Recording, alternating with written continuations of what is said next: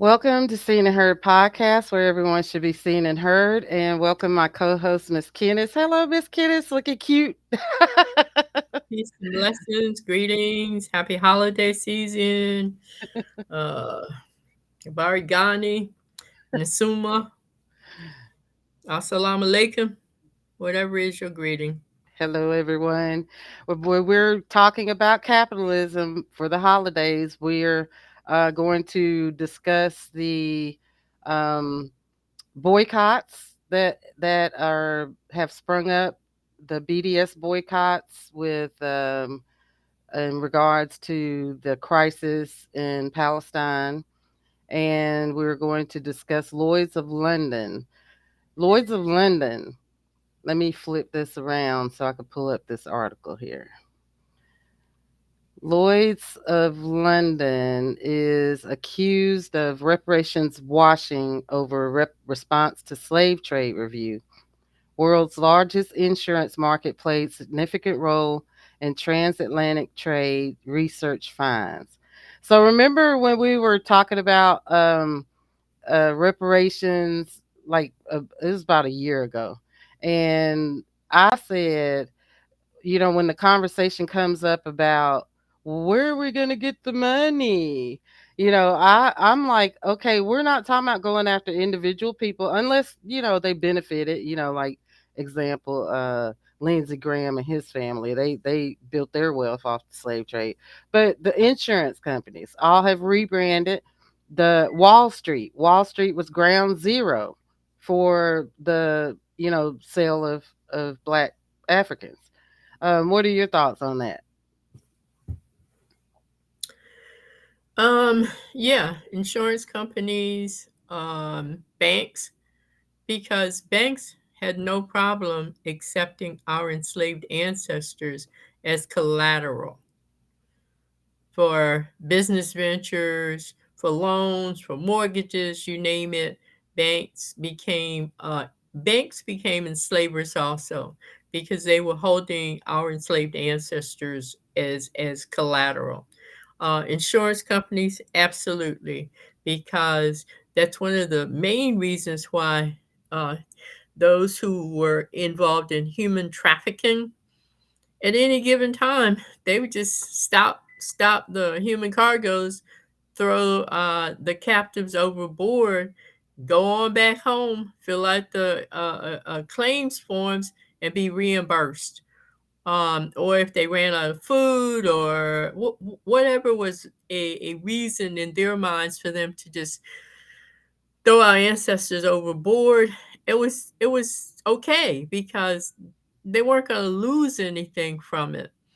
And as far as going after Molly because she got $75 in the bank, nobody cares about Molly, and they certainly don't care about her easily peasily little $75. We're talking those companies who actually put us in a place to be injured, uh, to continue to be harmed by their past history. Wells Fargo, as an example, the railroad companies, as an example, uh, um, Fargo, the bank, Wells Fargo, I think they also do some level of insurance, and definitely Lloyd's of London. They were all involved in insuring human cargo. And when something happened, they had no problem reimbursing those enslavers. So my thoughts are, we don't care about Molly and her $75. We do care about those organizations where their bottom line, their financials show that they are worth billions of dollars. Now, there are some places here in this country where they have stood up or are in the process of standing up what they are calling slavery discovery ordinances, where they're saying to municipalities and state government, etc., do your research. We want to know if you had any involvement with the trafficking of human cargo? And if so, there has to be a penalty. You have to pay a penalty. Now, for sure, I know Pennsylvania tried to do it in 2005, but none of the um, guilty parties ever came to the table and, paid penalties. I am understanding that there are a couple of other municipalities that are also doing something along the line of slavery discovery ordinances. But every place there should be a slavery discovery ordinance in place. Example here: insured, the largest slave ship owners in the early 1800s used their personal experience with enslavement to work within the slave trade, facilitated relationships between slave ship captains, ship owners, and insurance underwriters, and actively protested against the abolition of slave trade across the British Empire in 1807. So that's just a snippet of that article. I will post that in the description box so you all can read the full article for yourselves. And it's very, very detailed here, and really interesting. But this goes for the research and for the argument for reparations in favor of Black Americans. That's definitely so. Definitely so. So when we're talking, we just have to be really mindful when folks are talking or we're being interviewed or whatever the case may be, that we are not trying to get your $75 out of your little Christmas club. We don't care about that. What we care about is the large organizations and governments who actually were instrumental in the continuation and the perpetuation of the harms that we have been plagued with for the past 400 plus years. Still to this day. And just to think, to give you a point of view, the empire, the finances of this country, being able to send billions of dollars to other countries to facilitate their wars or their genocides, and that money, this country would not have had all that wealth to be able to do that without what they made from slavery, and also from our tax dollars, to add to that. Which Well, this finish your thought. from the enslavement and from our tax dollars, but also if we really put our heads together or did some research, there are at least 100, 200, maybe even more inventions that had nothing to do with Caucasoids. They did not invent the traffic lights. They did not invent the ironing board. There are all of these things that are everyday resources for everybody, not just for us. Hmm. Everybody uses the traffic lights. And the cell Everybody phone. at some point has taken an ironing board and put it up and ironed something at some point. So if we got reimbursed for all of those ideas, along with getting um, redress from the insurance companies, from the banking industries, just those three things alone, that translates into reparations. And by golly, don't add to it the railroads, or don't add to it the value of convict leasing and sharecropping, because with the sharecropping, they just flat out robbed our ancestors blind.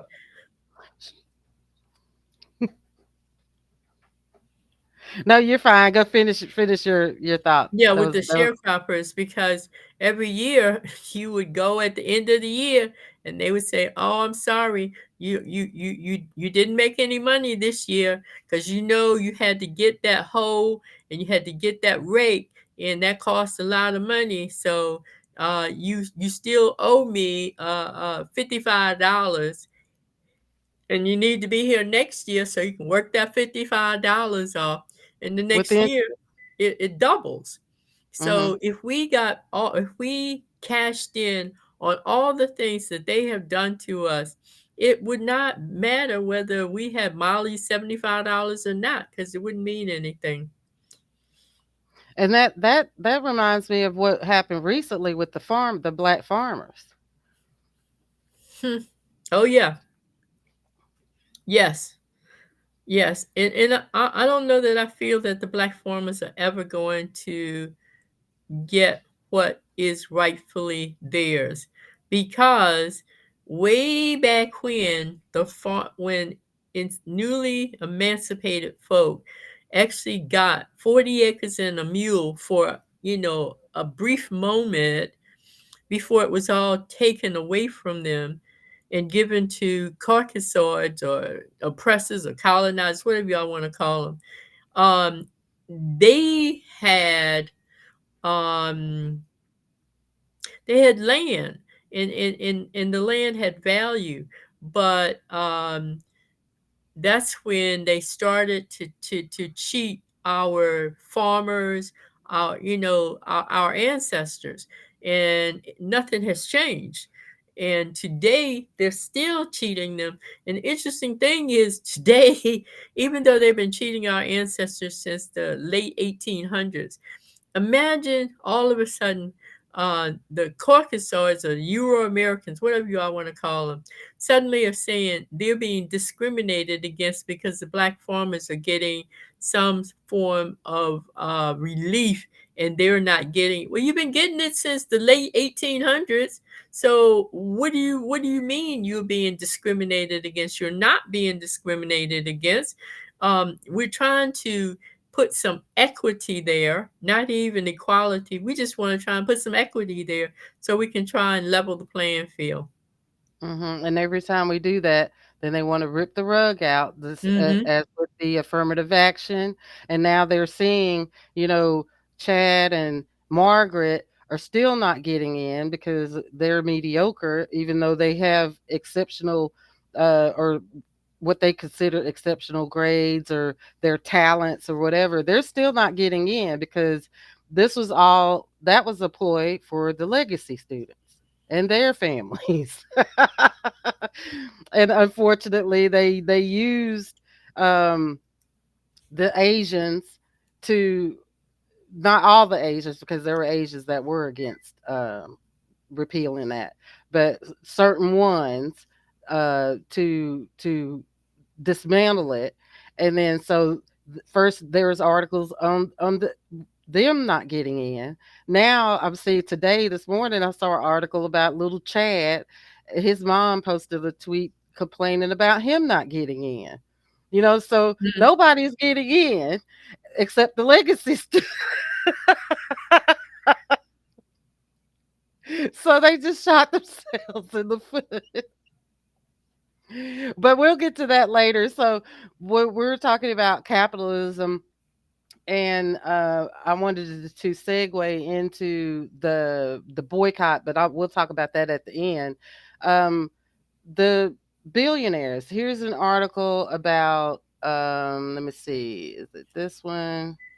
Let's see here. Okay, so this article here. We'll just briefly talk about this. Inside Mark Zuckerberg's top secret building, a sprawling 100 million compound in Hawaii, complete with plans for a huge underground bunker. So they're messing up everything for everybody, but yet they're planning to escape. They're Of planning course. to make their escape. Of course. So, and it's not just, it's the likes of him, Bezos, Beyonce, Jay Z, where we were talking about black capitalism. Black capitalism is not going to save the black community, but this in general is just the rich against the poor. Uh, that's true. Um, and there's nothing I can say about it. I don't have any money. So I Hmm. can't have a bunker in some remote place in Hawaii, or I can't buy up a couple of islands somewhere outside the country. It is what it is, and we're just going to have to strategize on how best to deal with it, um, and go from there. But And that was the point of this bringing this up, is just so people will know. It's like you said, realistically, we can't do anything about it at this point, but exactly, we have to be aware and have to uh, navigate our lives accordingly with the absolutely. knowledge of this. Absolutely. And the rich get richer, and the rich don't hang out with poor folk. So even if they have a bunker that will support, say, 500 people, you know you're not going to get an invitation to go into any of those bunkers. I know I'm not going to get an invitation to go into any of the bunkers. So Just information knowledge can be is power. Miss Kenna said, knowledge is power. Knowing about it, just so you can make arrangements for for how you will manage to survive. Actually, and another thing is the reason I've been seeing these articles pop up more, because we've always known that they were doing this anyway. But for some reason, whether it may be a distraction, I don't know. The first, it was that movie that President Obama put out on Netflix. It's called Leave the World Behind. I haven't watched it because I'm boycotting Netflix. My boycotts are permanent, so I'm boycotting Netflix. I didn't watch it. I've been seeing reviews. Basically, that's talking about the fall of civil society. And then the next movie trailer, I did see the trailer for Civil War, which is coming out in theaters, which is starting off where Leave the World Behind ended. And that's kind of like an apocalyptic type movie too, where that shows you where the government is gonna, you know, you know, arrest people for boycotting, and also with the boycotting. So I wanted to pull this up briefly too, because this is all connected. So the Congress decides, because the boycotts are working well. They're not shutting everything down all at once, which that's we know that's not going to happen. But the U.S. Foreign Affairs Committee has voted to advance a bill that would expand existing anti-boycott laws in this country amid a surge of pro-Palestine activism in the country over Israel's assault on Gaza. The mhm. bill, named IGO Anti Boycott Act, passed through the Foreign Affairs Committee by a near unanimous 42 to 3 vote, sending it to the House floor for a vote on whether to pass the legislation. So they're basically trying to criminalize people that are boycotting against what, Israel is the genocide. And I don't know how they're going to be able to enforce that, because people don't have any money anyway. People have no money, so they can't go out and just buy stuff, like a $10 cup of coffee at Starbucks. And how are you going to make somebody spend money at a company that is supporting a genocide if they don't have the money to do that? That's a You good can't just make question. somebody. Yeah, That's a you good can't make somebody question. go do that. No, I'm My not going to go to McDonald's. I'm not going to McDonald's. So how are you going to make me go to McDonald's? my take on it is, just in the diaspora alone, there are 47 million of us. Hmm. So if you called for a boycott, let's just, for example, say we said we're going to boycott McDonald's, and 47 million of us stop going into McDonald's. Are you going to arrest 47 million of us? I'm really How are serious. they going to enforce that? You can arrest 3,000 of us easily. You can arrest 5,000 of us easily.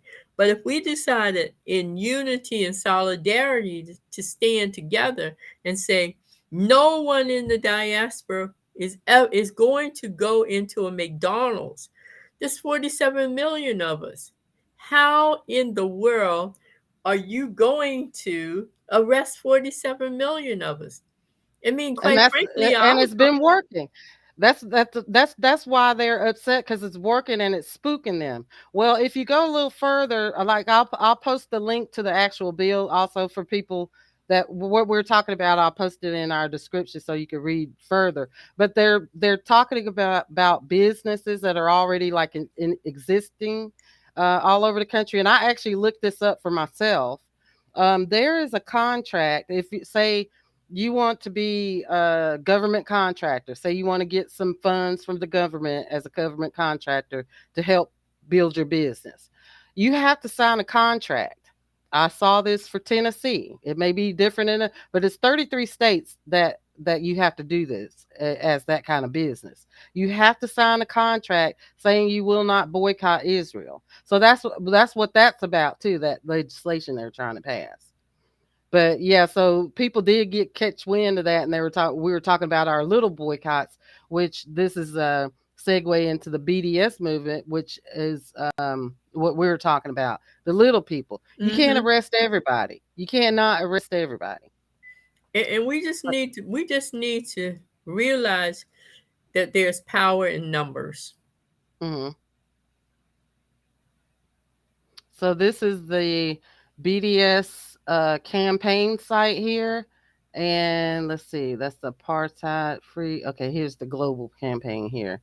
So I will also post the link to the site here so you can read more on it. But these are all the campaigns. So yeah, we are boycotting Starbucks, McDonald's, and this is the site that has the the main boycotts. So other boycotts, that's up to everybody, every other individual. Like I was Yeah. saying, I boycott Netflix. I boycott Walmart. I don't go to Walmart. I don't do Netflix. I don't go to Kroger. That's just me. So I basically made boycotting my lifestyle. So what I do get everything I need, but I do not get it from these mainstream companies. It can be done. So when people saying it can't be done, I always laugh because it can be done, and that's what we're doing. And the government is shaking about it because it's working well, and we're going to continue to do it. And that's what we have to do. I mean, we have to be vigilant. We can't Hmm. just boycott today and say, oh, I boycotted today and then nothing for the next 90 days. Right. You The got to get out there holidays. all the We're time. we're doing it all through.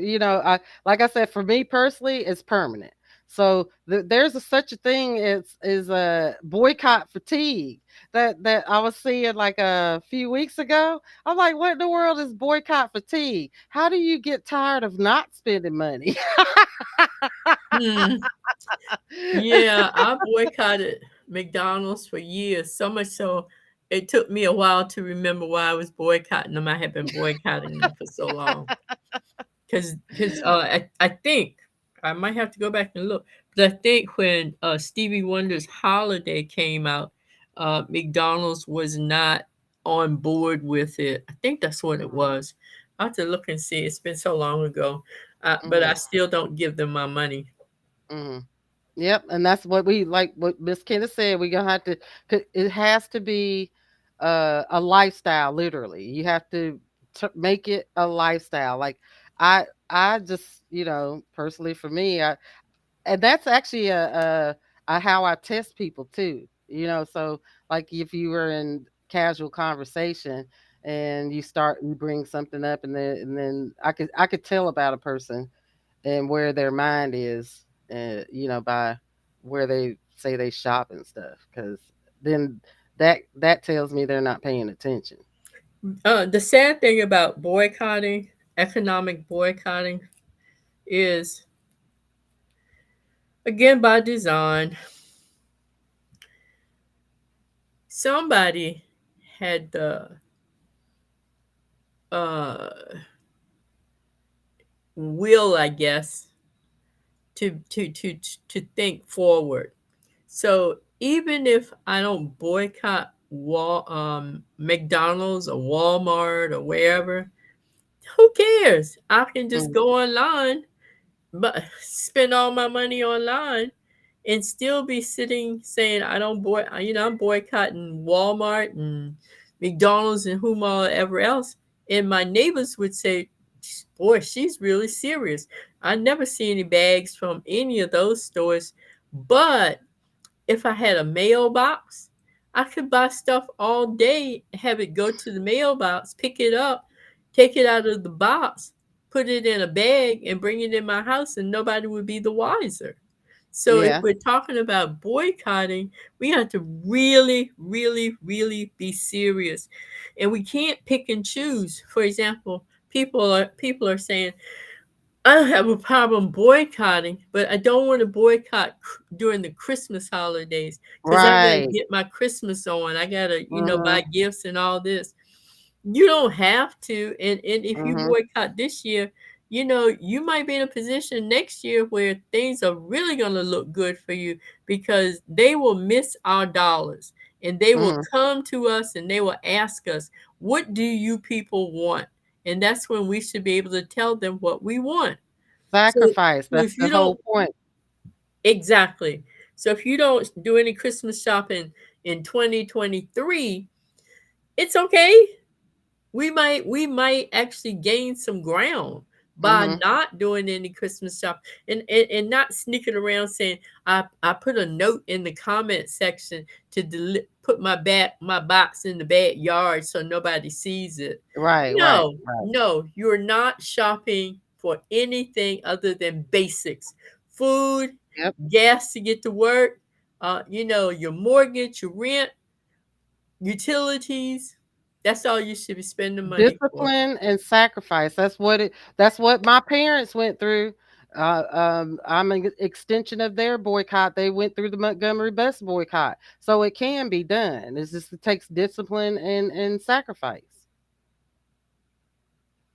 And with that said, don't boycott us. If you like our show, you leave us a donation at our Cash App, and we have merchandise. And we have one more show we're going to do for the end of the season. This will be the end of season 2. We got one more show coming up. Miss Kittis, I'm so glad to have you on my show, and we're going to talk about maybe doing one more show before the end of December, and I hope to see everybody in season 3. We will hopefully be more disciplined and keep up the boycott, and but if you like our programming, support us any way you can. All your donations are greatly appreciated, and we will see you on the next one. Thank you. Bye. Peace and blessings.